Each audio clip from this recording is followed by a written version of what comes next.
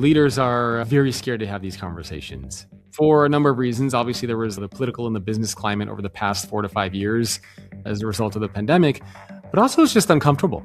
A lot of people don't want to have confrontational discussions and conversations. They would rather let mediocrity continue to exist instead of having a conversation about how to turn mediocrity into excellence. And that's because if you have a difficult situation or relationship with an employee, a friend, a family member, it's kind of awkward to be like, hey, I don't really like what you said to me last week. It kind of upset me. I would appreciate it if you don't talk to me like that. People don't like that. And especially in a corporate setting, leaders, not only do they not like it, but they are scared to say the wrong thing. And if they say the wrong thing, they know that employees can potentially come after them with pitchforks. Welcome. As you likely know, my new book is titled The Art of Belonging, and it focuses on the loneliness epidemic and how companies must understand that culture must become part of community if they want to get the most out of their people. However, there is nothing in the book about following your passion because I think it's pretty much bad advice. So the question becomes, when did work or working a job become something you're supposed to enjoy rather than something that challenges you or something you're supposed to be accountable for? Now, before you fire off an angry email or start composing a post about how hustle culture is dead, I agree with that.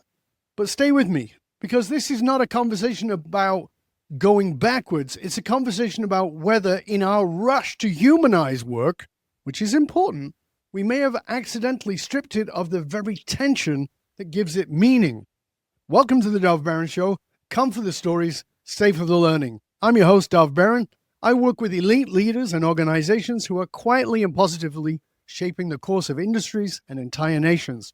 My work is in helping you diagnose and rewire your emotional source code so you can stop unconsciously leading from your nervous system to be able to more fully lead from truth, meaning, purpose, which alters everything from your vision, your values, your worthiness, and even your biology. Now, for the last decade, we've been told that employee experience is the answer.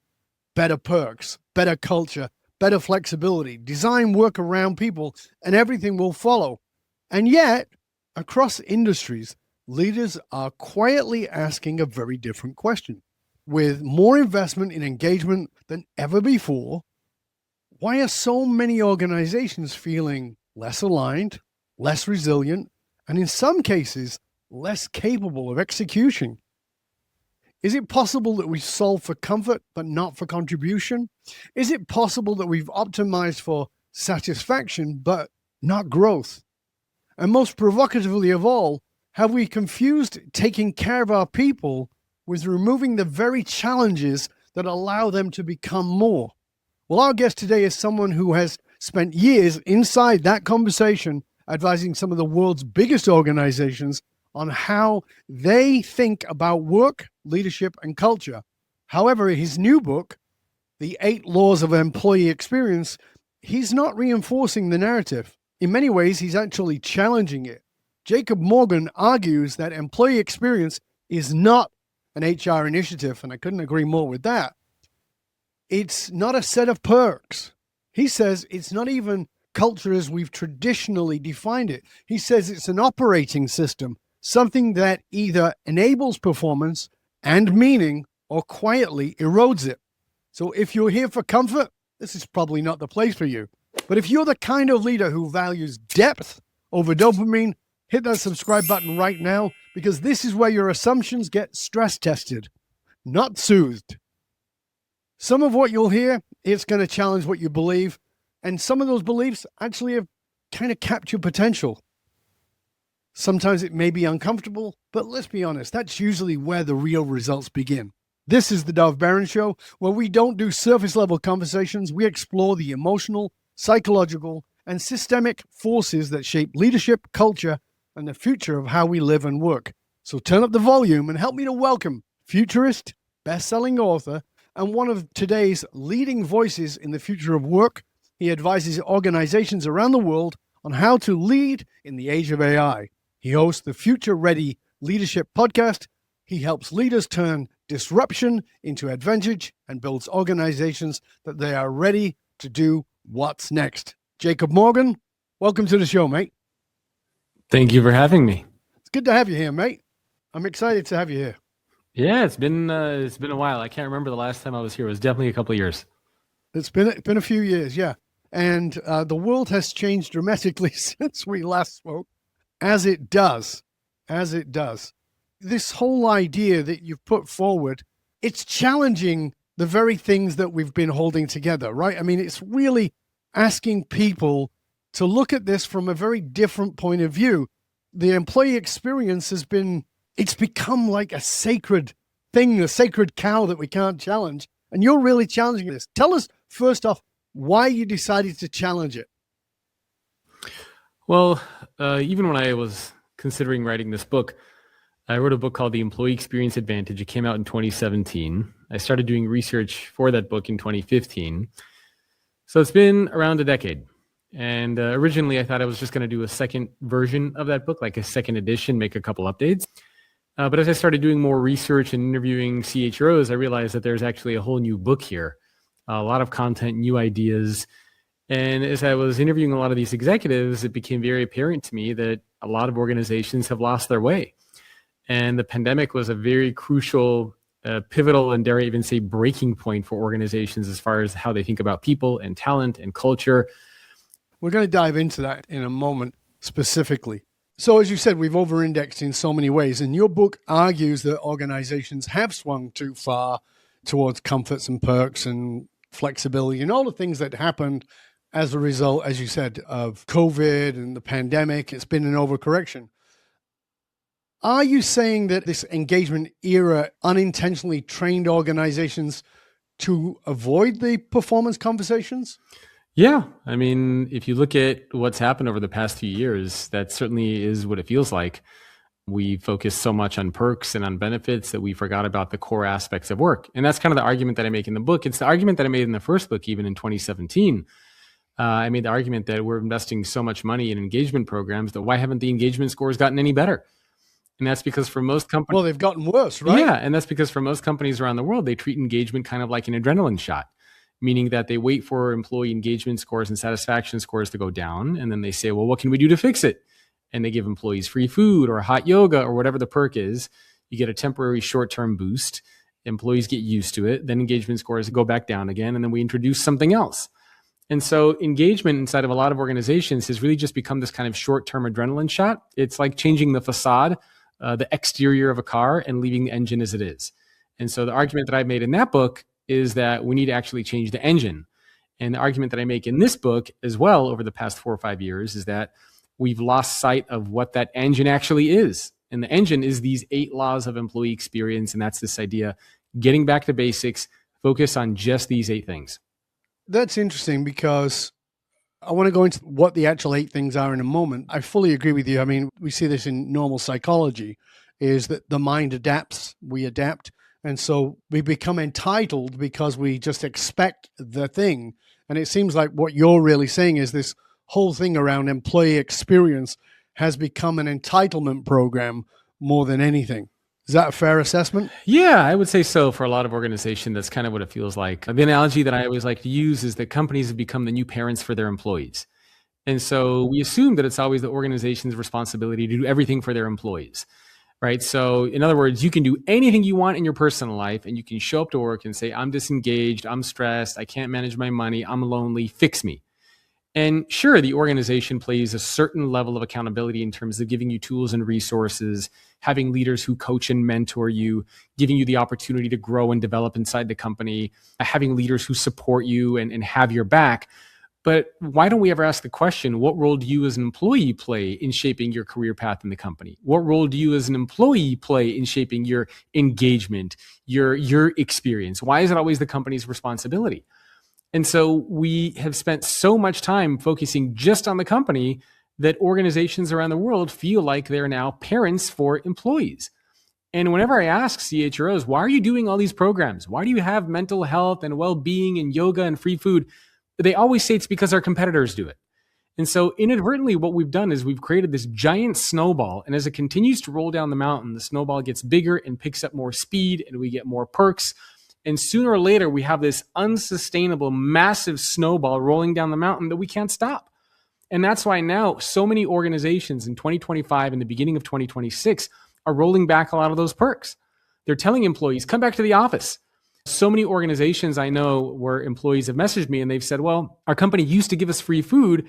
Now it's subsidized. In other words, it's available there, but we have to pay for it if we want it.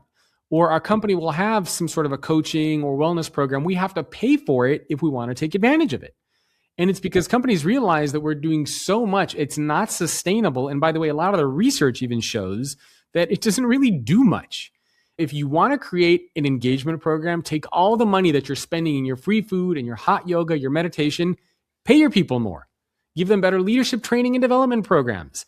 Give them more challenging work. Give them more opportunity to learn and grow in your company. That is the best engagement program. That is the best thing that you can do for your people. Not make them work 70 hours a week and then say, hey, here's a meditation app so you can calm your nerves. Yeah, that really brings me to what you talked about in the book, which is trends are not truths. That's a strong statement. Where do you think the leaders just get it wrong? Why do they get that so wrong? They're scared to speak up.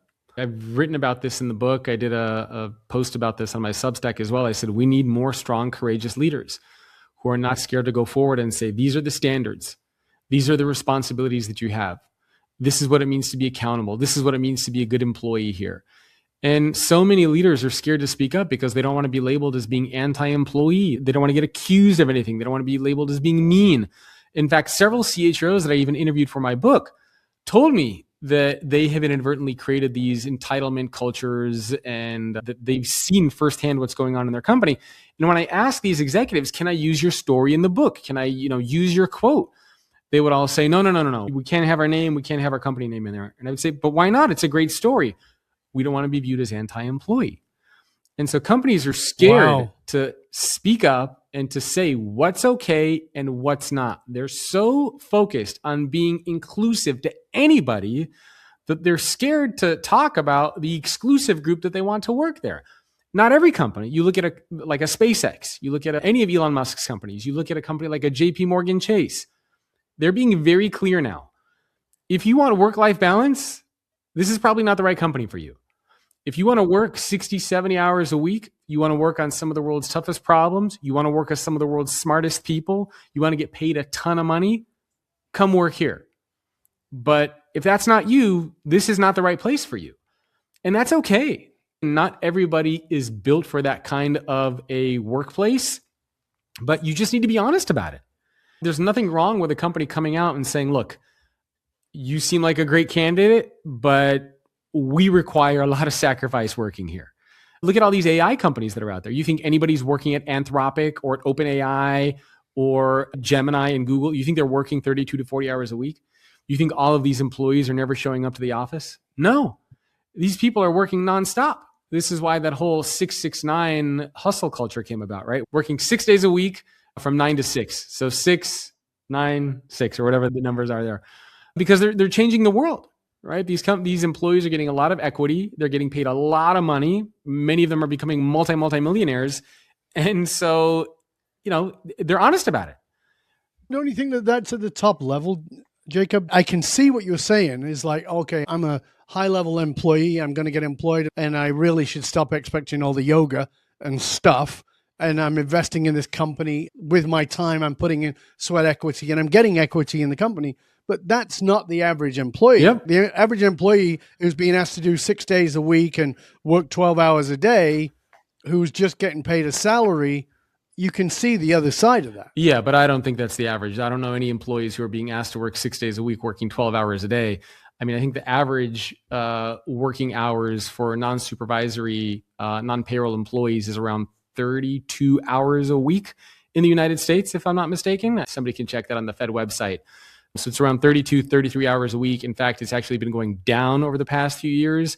Now, granted, yes, there are certain situations where employees are working like crazy people. I get it. I empathize with them. I used to be one of those employees. I still am one of those types of people. But the whole point of this is you need to be honest about the inputs that you put and the outputs that you expect. So in other words, if you are somebody who wants to work 32 to 40 hours a week, you want that work-life balance, that's great. There are many, many millions of people around the world who want that environment. Totally fine. I respect it. But then take a job where that is the expected input and be okay with the output. But the challenge is that there are a lot of people out there who are putting in 32, maybe 40 hours a week. They never want to come into the office. And then they sit around and wonder, why am I not a VP at the company?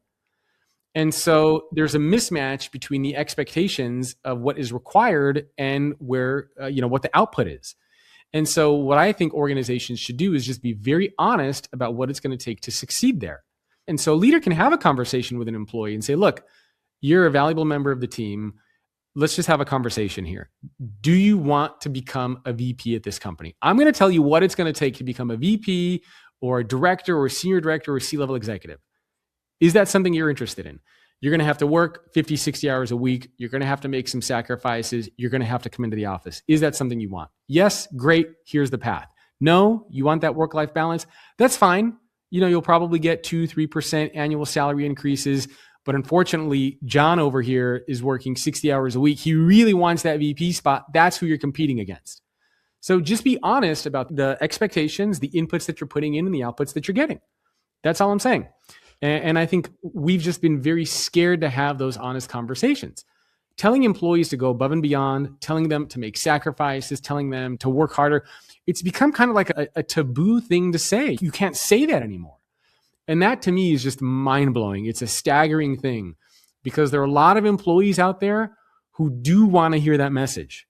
And if you tell them, this company, you can get really far ahead in this company if you're willing to do this. There are a lot of employees out there who would be willing to do that, but you have to tell them what's expected. And I think having those honest conversations should be encouraged.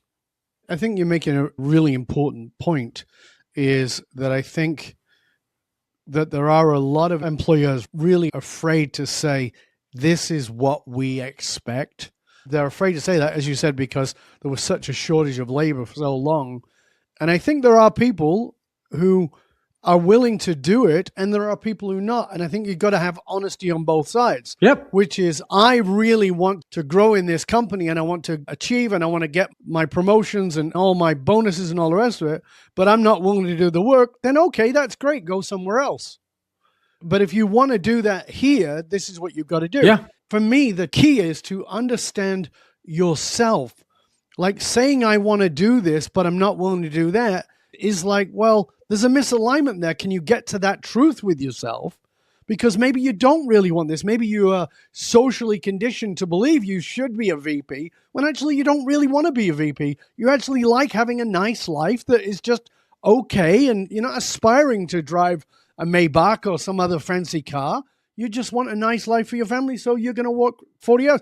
That's great. And at the other side of it, the company side is, this is what we expect. If that's not good for you, that's great. Yeah, there are very few people who not only know what is expected of them to get to that level, but are willing to do it. And so for the people who are willing to do it, there's a lot of opportunity for you. But again, it's not for everybody. Right. But there are a lot of people out there who are willing to make those sacrifices, who do want that spot. And so if companies are honest about it, they're going to be able to tap into a lot of people out there who are saying, hey, I'm happy to do that. 60 hours a week, come into the office and you're telling me I'm going to be on a path to becoming a VP and making like $300,000 a year. Done. Tell me what I got to do. And there are other people out there who are definitely going to say, that's fine. I'm kind of comfortable where I am. Great. That's fine. You don't have ambitions to be a VP? No, I'm good where I am. Great. As long as you don't expect to be a VP, we're all good here. And so having that honest conversation with yourself about what you want, and also having an honest conversation about what the company is willing and able to do for you, I think is important. But we've been scared to have those conversations. We have been unable to do that. Look at what Amazon did fairly recently. They came out, I think it was earlier this year, and they told all their mid-level leaders, give us 5 things that you accomplished last year. What have you done? So many organizations out there that are using AI to replace any kind of performative work that employees are doing. Those organizations are now asking their employees, we don't care about how many meetings you attend. We don't care about how many PowerPoints that you're making. What are you actually doing to impact the bottom line? How are you actually driving the business forward? And those are the conversations that we should be having. Those are like impact, honest business conversations. And again, with the influx of AI, we're going to start to see more and more of those conversations. And so employees out there, you need to be getting ready to be able to talk about how you're impacting the business. And if that makes you uncomfortable, I think you're going to be in a very difficult spot. Well, I mean, it's the pendulum has swung to the other side, right? It's gone completely from where it was to where you can be an employee, you can ask for anything. And now it's going to go the other way, particularly as AI comes in, because now you're actually going to have to fight for a job, not just with somebody else who's applying, but potentially with an AI. And one of the things you talk about in the book that I think is really fascinating, and I think it's an important thing for us to get into, is culture as an operating system versus being a metaphor or a mechanism. Talk to us about that. And really quick, before I jump into that, you mentioned something interesting that I want to touch on, and that is the pendulum has swung. And I think it's actually a good thing. There was a period of time during post-pandemic where employees controlled around 80 to 90% of the bargaining power and of the say. And I think it should be much more 80, 90% in the hands of the organization. And if you think about why that's the case, it's because the organization takes on all the risk. The organization pays you. They give you your bonuses. They give you the equipment that you need. They give you the tools and resources. They pay for the space in which you work. And so there's mutually beneficial value exchange. Now, I have kids. I have a 5-year-old and a 9-year-old. And if my kids come home after school and they say, we want to have cookies and ice cream for dinner, I'll certainly listen to what they say, but we're not going to have a discussion about it because it's my house and my rules, and you're going to eat something healthy because I told you so. And so the idea that employees for the past several years had the opportunity to say, I want more money, I want more equity, I want more compensation, I want more benefits. Oh, and by the way, I'm never going to come into the office. And organizations were sitting there and actually having a conversation about that is mind-blowing. And so it should be much more 80 to 90% in the hands of organizations, which is where it's going. And to your point with the influx of AI, I think it's now actually going to stay there. Because if you think about what's going to happen now, if an employee is going to push back and say, nah, I don't want that. I'm not comfortable with that. I don't want to come into the office. The company's going to say, that's fine. I have a bot over here that can do a lot of the work that you were doing, and it's not going to cost me that much. So you don't want to come back to the office? You don't want to do the work that we're asking you to do, and you want more money and more this and more that? That's fine. Best of luck at whatever company is going to be willing to hire you. And so the balance of power has shifted. And I think with the influx of AI, I don't think it's going to go back into the hands of employees as much as it was before. Now, it doesn't mean employees shouldn't have a voice. It doesn't mean they shouldn't speak up to be able to share their opinions and feedback, but it's the organization and it's the leaders of those organizations who should be making the decisions because they are the leaders of the company. You work for them. Mutually beneficial value exchange. Now, to your second point, culture as an operating system, that's law number 8 of the book. And it's exactly what it sounds like. I mean, if you think about software that you have on your computer, software that you have on your phone, it gets updated regularly.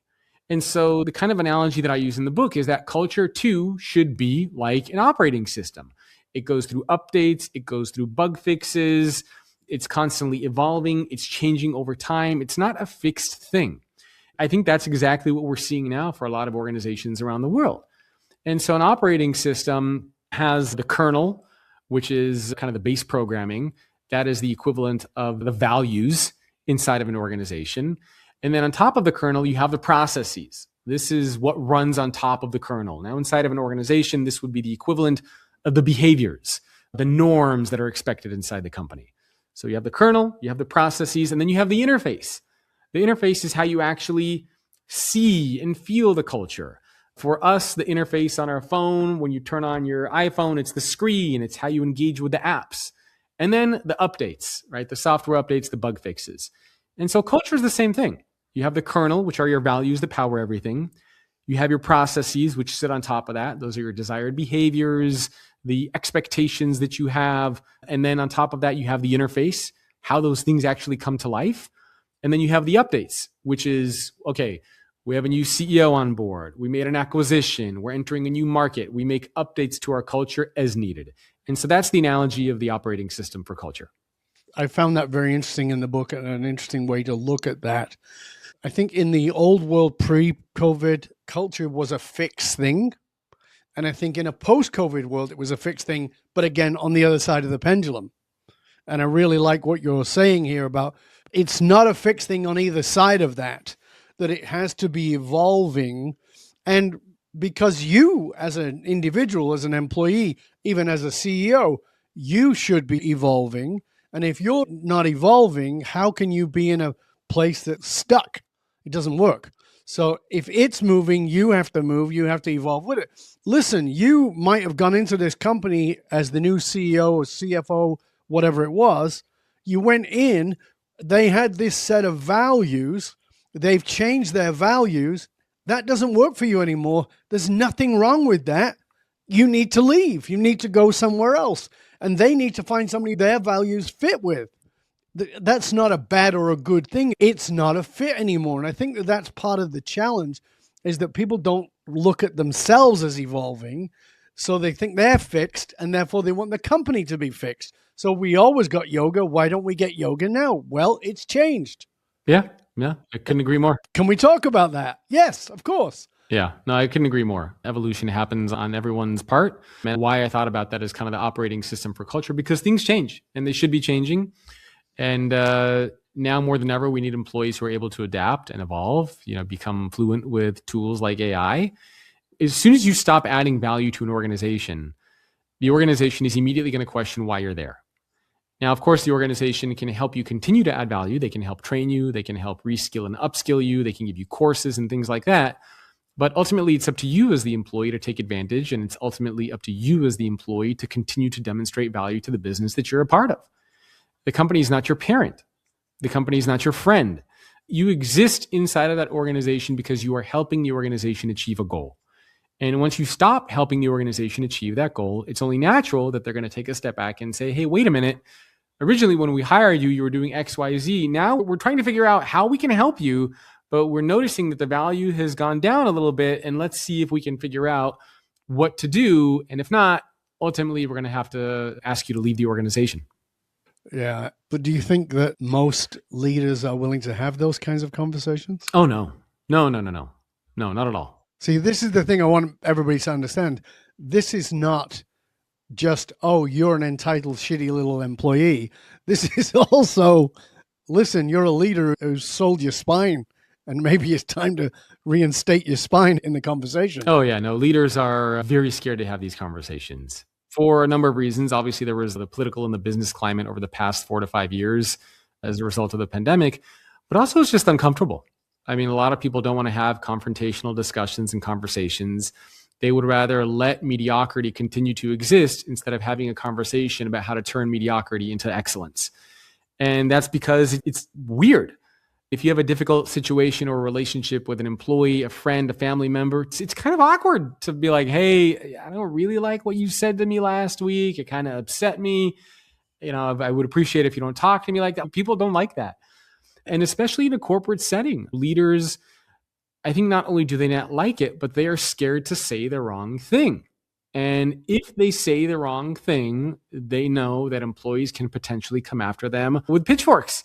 Oh, you said this and you said that and you said you're this and you're that. It's nuts. And so inadvertently, I think what we're going to create is we're going to create an organization where to have any kind of conversation in any sort of one-on-one, what's going to happen is that a leader is going to go into ChatGPT and they're going to try to filter and create the most neutral, the most warm sort of response that they can think of. It's going to be lacking any sort of emotion or humanity. And that's going to be what we're going to create. And it's because we're scared to say the wrong thing. But part of life is sometimes getting offended. It is saying the wrong thing. It is sometimes making yourself look stupid. Those things are all a part of life, both at work and outside of work. It used to be that if you upset somebody, you could just say, I'm really sorry about that. I didn't mean it like that. Done. And we move on. And now it balloons and turns into this whole like avalanche that comes your way. The leaders are just sort of like, screw that. I'm just not even going to do it.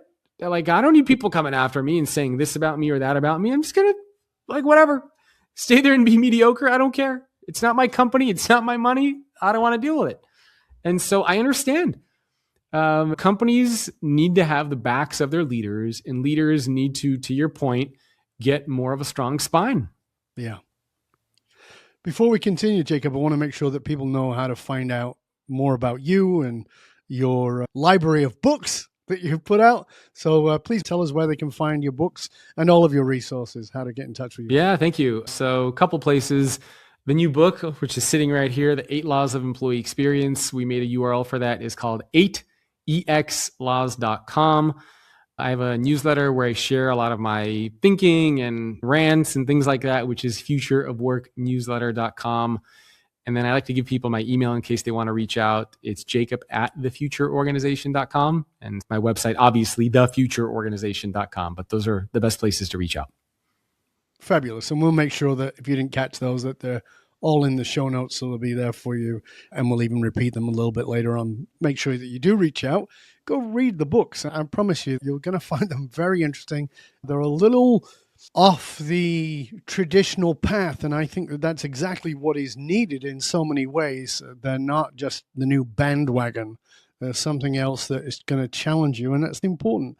Talking of challenges, I want to come back to something you were just saying before, which is this idea of conflict. This is something that I bring up a lot in my own work, is that we are a society that has become terrified of conflict. I find that it's happening certainly within the employee base, that people don't want to say anything that could be perceived as politically incorrect to somebody else. Even at the employer level, whether that's as in I'm the manager or I'm the owner or anything in between, this fear of conflict, I want to be seen as the nice person. And my argument has always been that the best people in your life are the people you've had conflict with, the people you've been willing to confront about something. That healthy conflict, not punching each other in the nose, but healthy conflict has deepened your relationship. You've done all this amazing research with leaders in HR and in organizations. Tell me what you're discovering about conflict and how it's impacting all of this. Well, you're right. People don't want conflict. It's uncomfortable for everybody. But I think there's a right way and a wrong way to have conflict. Just like in your personal life, there's a right way and a wrong way to fight.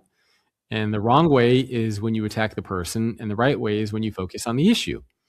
And the challenge that we end up having is, whether it's at work or in our personal lives, we tend to focus on the person instead of on the issue. And so that is the big challenge that we have.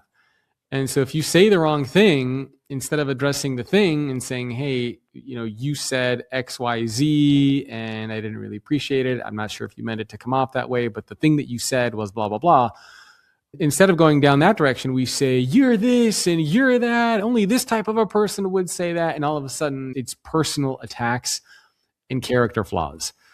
And we tend to forget that we're all human beings. We tend to forget that we're all imperfect. We tend to forget that we all say the wrong things. We say stupid things all of the freaking time. That's part of what it means to be a human being.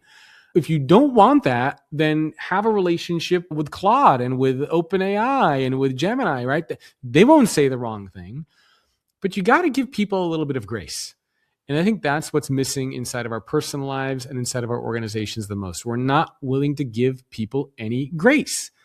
As soon as somebody makes a mistake, we're very quick to go after them. We want to try to sue them. We want to try to label them. We're trying to look for shortcuts. And I think a part of that is because we have made the victim mindset and mentality okay. And I'm not a fan of that. I think it's the worst thing in the world that you can do. When you tell everybody that they're a victim, when you tell everybody that they're not where they are because of someone else or because of something else, then you're going to try to do everything that you can to sue someone, to label someone, to talk about how unfair life is. And my parents are immigrants from the former USSR. They came to America without speaking any English. They didn't have any money. They were dirt poor. They made something of themselves. They worked like dogs. I mean, my dad had to learn how to speak English by watching the Johnny Carson and Merv Griffin show with a Russian to English translation dictionary. He would tell me stories how he would look in front of the mirror and try to mouth out English words for like 4, 5, 6 hours a day. He changed his last name from a Georgian last name, former USSR, to an American sounding name because people couldn't even pronounce it. And so we forget that the challenges that we have now are nothing in comparison to the challenges that some of our parents and ancestors had to go through. You don't have the Wi-Fi password, your Wi-Fi is down, like give me a freaking break. And so we just have this mentality and mindset today that everyone's a victim, everything's a problem, everyone's out to get you. I hate it. I teach my kids all the time. I call it the F word, fairness. Life is not fair. My daughter is 9, my son is 5. And sometimes my 5-year-old will say, but Naomi got this. And sometimes my daughter will say, but Noah got this. And I say, I don't care who got what. Like, that's life. It's not fair. It's not meant to be like you all get the exact same thing. And so we've just created this environment of toxic victimhood that I think is plaguing every aspect of our organizations and our personal lives. And I think it's one of the worst things that you can teach people. I couldn't agree more. I think the victim mentality is so incredibly destructive. But let's hit that directly. How do leaders deal with that themselves? Because I find that, yes, it's happening at an employee level, but let's be honest. You talk about we're not parents, but psychologically, we kind of are. And what I mean by that is your kids learn behavior by watching you, and employees learn behavior by watching leaders, hence the metaphor of parenting. And so what I'm saying to that is that oftentimes the leaders are also playing that victim role. So what do we say to the leaders who are playing that role? Because certainly the employees are going to learn it. Yeah. I mean, the victim mentality is bad across the board. Nobody should be doing it, not employees, not leaders. So are you saying that in the sense of leaders, they're playing it in which way? Like they're saying that they don't want to have conversations with their employees because they're scared and they're being victims from that regard? They're using social arguments as in, I don't want to be seen as, I don't want to be judged as, or they'll use, well, you just can't find good people anymore, so they're the victim of the workforce or whatever it may be. But it's like, hold on a second, where's your kahunas? I think from the stance of a leader, I think a lot of leaders do that because they feel the organization doesn't have their back. Now, I'm not saying I excuse that on behalf of leaders. I don't think anybody should be a victim in any kind of an organization. But we need to be figuring out if we're working for the right types of organizations. If you're a leader who feels like you can't speak up and be honest to your employees or your team, you're probably not at the right company. And so I'm not a fan of victimhood across any stretch of the board, not for employees, not for leaders, not for top executives. I don't think it should exist anywhere. And you're right. If a leader's doing it, it's very toxic and it's going to get passed down onto their employees. But if I am a leader and I don't feel like the company has my back, as you know, our listener is in a leadership position of some kind, they don't feel like the company has their back. What's your guidance for them? Well, you really don't have a lot of choices. And I don't know everybody's financial situation. You have a few choices, right? I mean, number one, you stay there and suffer. Number two, you have a discussion with your team or with your leader and try to fix it and say, hey, I'm just noticing this and this is kind of what's going on. I don't think it's good for the team. I'm just giving you feedback. Number three, you try to switch teams. You go to another team, another function, another leader. Or number four, you ultimately quit. And so those are really the four options that you have. I think the worst thing that you can do is do nothing. But ultimately, it's up to you as an employee to decide which one of those paths that you want to take. But if you do nothing and then complain about it, you really don't have the right to complain. I was a part of organizations several times earlier in my career where I did not like the environment for a number of reasons. The work that I was doing, how I was being treated. And so I had a choice to make. I could either continue to stay at that organization, to complain about it, to do whatever. I ended up quitting. I quit the company after working for 6 months and I tried to go build something on my own. I moved back in with my parents. I took a job working at a clothing store. Meanwhile, I had a double bachelor's degree in economics and psychology. I graduated with honors and I went from this good paying job where I had a long commute into downtown LA, but I didn't like it so much that I quit. And then I went to go work in a clothing store, making barely above minimum wage. But while I was working in that clothing store, I learned how to build websites. I learned about how to do search engine optimization. I learned about affiliate marketing. I did a lot of different things. And I used the knowledge from that to then get actually a job working for a marketing agency in the Bay Area in San Francisco, where I relocated. Again, I was making good money. I was working there for a while. I hated the job. And I had that same choice. What do I do? And so what I ended up doing is I continued to work there, but on the side, I was building up my own sort of side portfolio. And so I would work from 9 to 5 or 9 to 6 every day. I would come home, I would eat, and then I would work again for another 4, 5, 6 hours building my own side business. When I made enough money on my side business that I could cover my expenses, I quit my full-time job and I kind of went off on my own doing that altogether. There were days where I was working 14, 15, 16-hour days. It was miserable. It sucked, but I had to do what I had to do. And I get it's not for everybody. At that time, I didn't have kids. At that time, I didn't have a mortgage. And so I acknowledge I had a lot more flexibility and freedom in my choices.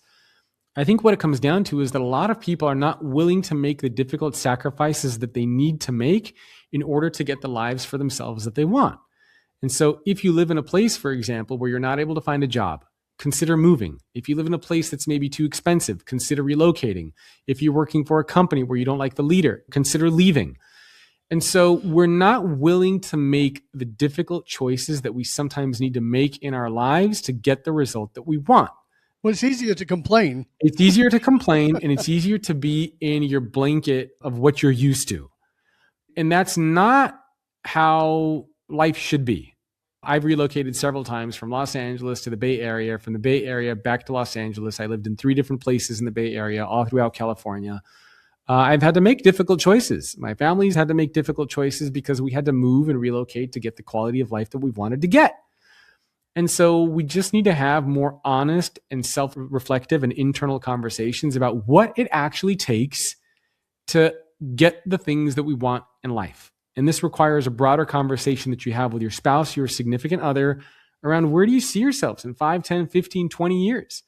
A lot of the decisions that we're making are very short term. I want this promotion. I want this job. I want this company. I want to live here. But where do you see yourself in a longer time horizon, longer period? And how do you work backwards to get what you want? And I think that is the best path that a lot of people should be taking. But in many ways, what you're talking about, Jacob, is, first of all, the willingness to have self-awareness about what it is you want, the willingness to ask yourself the hard question of, am I willing to do what it takes to get to that, as opposed to expecting it? Yep. And then am I willing to do it, whatever it is? And I think that maybe the misunderstood part there is, do you think that there's a part of you that gets that because, like myself, you come from an immigrant family? Because you've grown up with those set of values and ideals within that have been stamped into your psychology, that you get it? Because we both know that if you do the research around the world, not in North America, but around the world, immigrants usually succeed at a higher rate than native people. Why? Because they don't take things for granted. Yep. Do you think that that's part of our challenge, even in what it is you're talking about? A part, sure. Yeah. Growing up, my mom and dad were polar opposites. My mom was the nurturing, loving, empathetic one, and my dad was the go outwork everybody else and don't complain about your problems. Typical quiet USSR Russian man. That was certainly instilled in me. So I had kind of a little bit of the tough love and I had lots of love for my mom. So I had both. But yeah, I think the immigrant mentality is certainly a part of it. When you're constantly comfortable, you don't know what to do when you're uncomfortable. And so, yes, some of it is certainly the immigrant mentality. Some of it is a lack of self-awareness. Some of it is a lack of willing to take risks. Some of it is being scared to get out of your comfort zone. It's a number of different things. And it's also the victim mentality that we talked about earlier. It's a combination of all of those different types of environments that sort of play a role into how you think about the world. And so it's just a matter of changing the lens on how you view the world. I've always been told by my parents, by my dad especially, that nobody's really going to look out for you but you. Nobody cares. The company's not your friend. The company doesn't care. I was always told this growing up. And so in my mind, it was always there that if I'm going to succeed, it's going to be either because of me. And if I fail, it's going to be because of me, not because of anybody else. And I think a lot of people don't quite have that mindset. They believe that if I'm unhappy at work, it's something to do with my organization. If I'm not getting promoted at work, it's something because of that leader. Or if I'm not getting the compensation increase that I want, it's something because of this, something because of that. How many times are people willing to actually look inward and say that it's probably because of you? Dennis Prager has this great quote that he always talks about. He says that whenever we look for happiness in our lives, we always assume that we're going to get happiness from our kids. We're going to get happiness from our spouse. We're going to get happiness from a project or from a job. And he said, there's only one person in this world that's responsible for your happiness, and that is you. You can't rely on anybody else to make you happy but you. And I think the same thing is true for all aspects of life. You can't rely on anybody else to make you successful. You have to do it. My daughter plays competitive chess, and I tell her all the time that when you're sitting at a chessboard, it's literally just you and it's somebody else. There's no team. There's no coach behind you. It's just you at the chessboard. And so if you want to be a successful chess player, what are you going to do when you're not playing? Are you going to do puzzles? Are you going to do analyzing your games? Are you going to play practice games? And the more you put into your training and the more work that you put in, the higher your rating will go. And that is the same thing in all aspects of life. The more you put into the work that is required of you, ideally, you should see the output, that progress. And if not, you should take a step back and try to ask why that's not happening. Yes, exactly. So your book is the 8 laws, and I want to make sure that we get to 1 or 2 more, because I know we've touched on lots of them, actually, but rather than naming them, is there a couple that you think that we really should get to that we've not really gone into yet? Oh my goodness. I guess it depends on the direction that you want to go. So there are some laws that have to do with technology. There are some laws that have to do more with people. I know one of the laws that probably will draw the most controversy and debate is the law of empathetic excellence. We can talk about that one if you want. Let's talk about that one, because I think we should talk about that and the law that, as you just mentioned, that applies more to technology and where we're going in the world of AI, because those two things seem to be polar. Yeah. Because AI doesn't give a shit about your feelings, or actually it does if you're talking about ChatGPT or Claude, because it's sycophantic. It doesn't want to offend you. But when it comes to taking your job, it doesn't care about you. And on the other side is this massive drive around empathy. Pick either one you want to go to first, because you will know which one to frame first. Sure, we can go to empathetic excellence. And so this came as a result of, there's a lot of DEI backlash that happened, and there was a lot of debate around what should we look for in people and in candidates. And so I came up with this idea of empathetic excellence, which basically says that there are really only 3 things that matter most when thinking about people. Number 1 is competence. And competence is really a combination of the skills, the knowledge, the behaviors, the abilities that you have to be able to do a really good job at whatever it is you get hired for. The second element of this is merit. Merit is the company's recognition of the value that you bring to the organization. This is your compensation. This is how you are getting rewarded for your competence. And then the third element of this is empathy. And this is being able to see the whole person.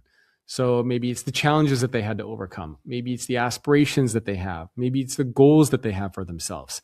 It's being able to look beyond just your skills and your abilities to try to kind of understand who you are. And together, those 3 things are what I call empathetic excellence. So it's competence plus merit plus empathy. And I think that's a pretty effective and relatively simple framework that organizations can use when making decisions about people. And there's a Venn diagram that I have in the book. It's called the Empathetic Excellence Map, which does a good job of explaining why you need all those 3 things. So one example, and I think this is what we saw during the pandemic. Let's say you have merit and empathy, but you don't focus on competence. And so what that means is empathy, you're having this like feel-good culture, and merit, you're paying people a lot of money. And so the overlap of those things is you get the coddled mediocrity trap. Meaning that you are asking people, are you okay? How's everything going? We're trying to be very empathetic. Yeah, here's your salary increase. And so you're paying people well, but you're not putting an emphasis on the competence, the work that employees are doing. How skilled are they? What abilities do they have? You get the coddled mediocrity trap. Now, the flip side of that is also true. Let's say you only focus on merit and competence. And so you only focus on how good are you? The better you are, I'm going to pay you a lot of money. There is no empathy in there. If you only have those 2 things, you get the performance treadmill, where it's sort of like you're on this treadmill, we're going to pay you a lot of money, get better, get better, get better, get better, get better, and then eventually you kind of fly off the treadmill. And so you need all of these 3 things in there to get this kind of ideal scenario, which I call the ideal of competence, empathy, and merit. Why do you think that that's so controversial? Well, I think it's controversial now because the conversation around competence was put by the wayside. But if you can't do the job, why the hell are you here? Well, we were prioritizing, I think, a lot of the wrong thing. This is what the big backlash to DEI was for several years, right? I mean, there were so many debates and conversations that you're not promoting people based on their abilities, you're promoting people based on their physical diversity. And I have several studies in the book, which I actually outline, which talk about that the most important type of diversity to have inside of an organization is cognitive diversity. And there are several researchers and several studies that I have in the book where researchers actually took teams. They looked differently, so they were physically diverse, but cognitively the same. And they had them solve a series of puzzles. And then they took other people who looked the same, so they had no physical diversity, but they had cognitive diversity in terms of they came from different backgrounds, they had different skills, different roles, and they had them trying to figure out which teams are going to be able to solve puzzles and do tasks quicker. And in a lot of cases, the teams that have physical diversity but not cognitive diversity, they weren't even able to complete the tasks. And when they were, they completed in a much longer time period. Whereas the teams where they looked the same, but they have different ways of thinking, they were able to complete the puzzles much, much quicker than everybody else. And so I think we emphasized and we focused on the wrong things inside of organizations. Diversity is important, but it is the cognitive diversity that matters most. It is how you think. It is how you solve problems. It is how you view the world that matters most. I think why this is controversial is because a lot of people don't want to hear that. They don't want to hear that competence matters so much. They don't want to hear that merit matters so much. They want to hear that other characteristics or qualities of you that matter more. And again, this is why we saw such a big backlash to DEI, why so many organizations dissolved their initiatives. And again, we should say that it wasn't that these things were started because of bad intentions. The organizations that rolled these initiatives out, I don't think any of them necessarily had bad intentions, but it just kind of took over and went in the wrong direction. You know, there's a concept that evolutionary biologist God Saad talks about, which is suicidal empathy. The basic argument is that empathy is good, but when you have too much empathy that you're willing to sacrifice yourself and willing to sacrifice goals and objectives because you feel so empathetic for another party or another group or another person, that's when it actually becomes a bad thing. And I think that happened a lot for organizations and for leaders during and post-pandemic. We became so empathetic that in a way, it almost became suicidal. That to me makes perfect sense. I think that understanding another person is vital. That depth of understanding is so valuable. At the same time, though, that cognitive diversity, I've written lots about this myself. I've spoken lots about this. Here's the deal.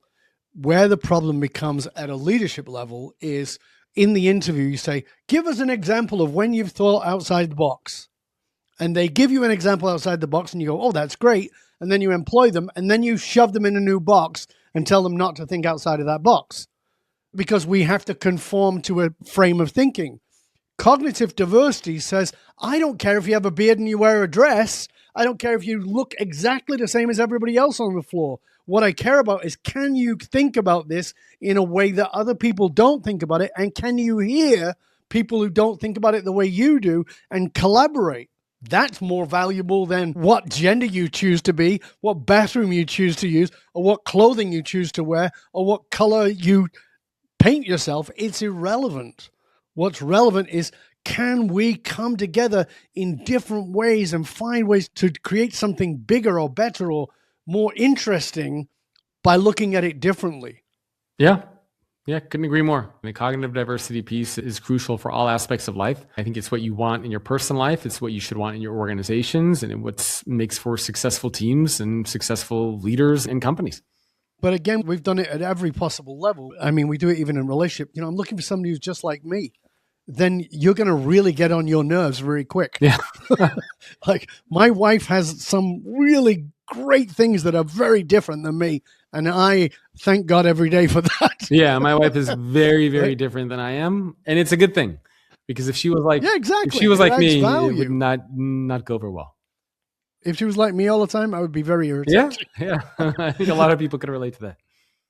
Yeah. So let's go to the final rule, which is about where we're going with technology and how that applies to culture. The rule there is technology amplifies humanity. And so I'm a big fan of this concept using technology to actually unlock the potential of human beings and make them more human, not necessarily less human. And, especially in this AI driven world that we're talking about, it's a big, big, big topic of conversation. Whether you talk about job automation and job displacement, which we can go down that path as well. But organizations today, I think they're so obsessed with chasing these AI tools that a lot of them are not even really understanding why they're doing it, what it's for. They're just sort of like, go, AI, we need more of it. It reminds me of, remember that sketch on SNL with Will Ferrell where they would just say, we need more cowbell? And he would, right? And he would just come out there and just like bang the cow. If people haven't seen that, I highly recommend you go watch that. More cowbell. Exactly. And that's sort of what it feels like is going on with AI. More AI, more AI. Why? What for? Am I replacing myself? Like, what's the goal of it? No, more AI, more AI. I don't think we're thinking about the potential downside of this. I don't think we're thinking about the repercussions of this. I don't think we're thinking about eliminating our leadership and our talent pipelines. So any organization out there that's saying, well, we don't need entry-level employees because we're just going to use AI for it. Yeah, it might sound good for the first few years, but what happens in 5-10 years down the line when you realize you don't actually have a leadership and a talent pipeline anymore? And, kind of just, stabbed yourself in the foot. I think technology should be used inside of organizations by all means, but do it in a way that actually unlocks the value and the potential of your people, not in a way that displaces or removes them or pushes people farther apart. I think that's just such a great place to finish, because I think there's so many people are standing on that edge, which feels like a very wobbly edge with technology, feeling like the jobs are all going to go to AI and we're all going to be unemployed. And at the same time, I think that leaders in the idea of making financial better decisions, wanting AI to replace an employee, are dancing on very thin ice of understanding what it really takes to create a great organization. And as you said, that pipeline of people who are developing. I remember seeing something in a show 40 odd years ago where it was somebody was applying for a position and they said, well, you can't have that position without this experience. And they said, well, I can't get that experience without the position. Yep. And it's kind of like that. It's this bloody treadmill that you can't get anywhere on because you need one to get to the other. So if you want people to become great leaders, well, they got to start off at the bottom and work out how to be that. Yeah. But we don't. If all those bottom layers are gone to AI, who's coming in? Like example is lawyers. They're now saying that with AI can do the first 3 years of lawyers. You've come out of law school. The first 3 years can be done all by AI now. So all junior lawyers are dead in the water. Well, when are they going to become senior lawyers? So what happens when all the senior lawyers drop dead or retire or go out to pasture? Well, your AI can't do that work because that's an experience, not a set of tactics.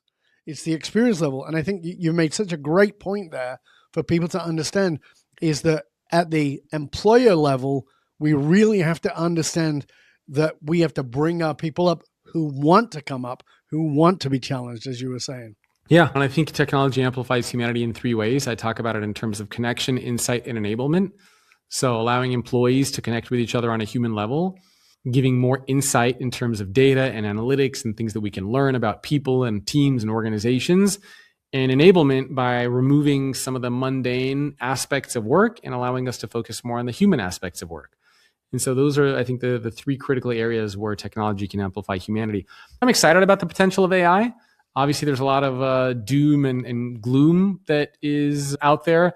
But just for people to get some context on there, if you look at a lot of the research, whether it's from Oxford Economics, whether it's from Vanguard, the general consensus as of now, well, there are 2 things. Number one is that only around between 3 to 5% of any of the layoffs that we're seeing today are being attributed to AI. That's according to most of the studies.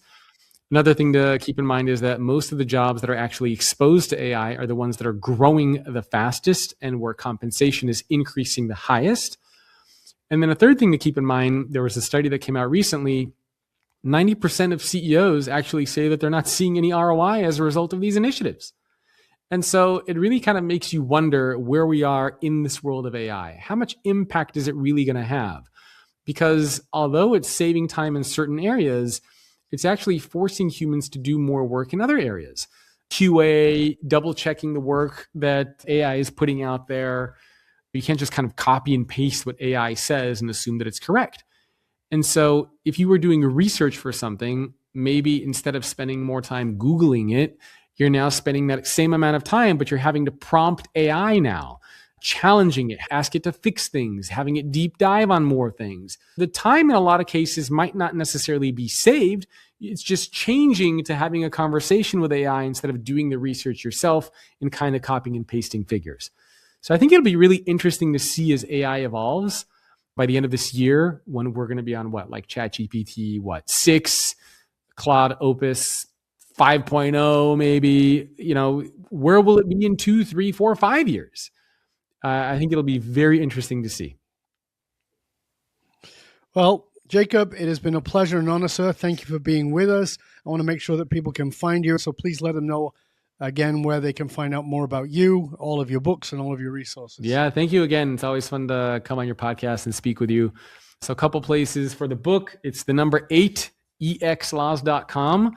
And so there's a lot of futurist frameworks and models looking at employee experience over the next decade.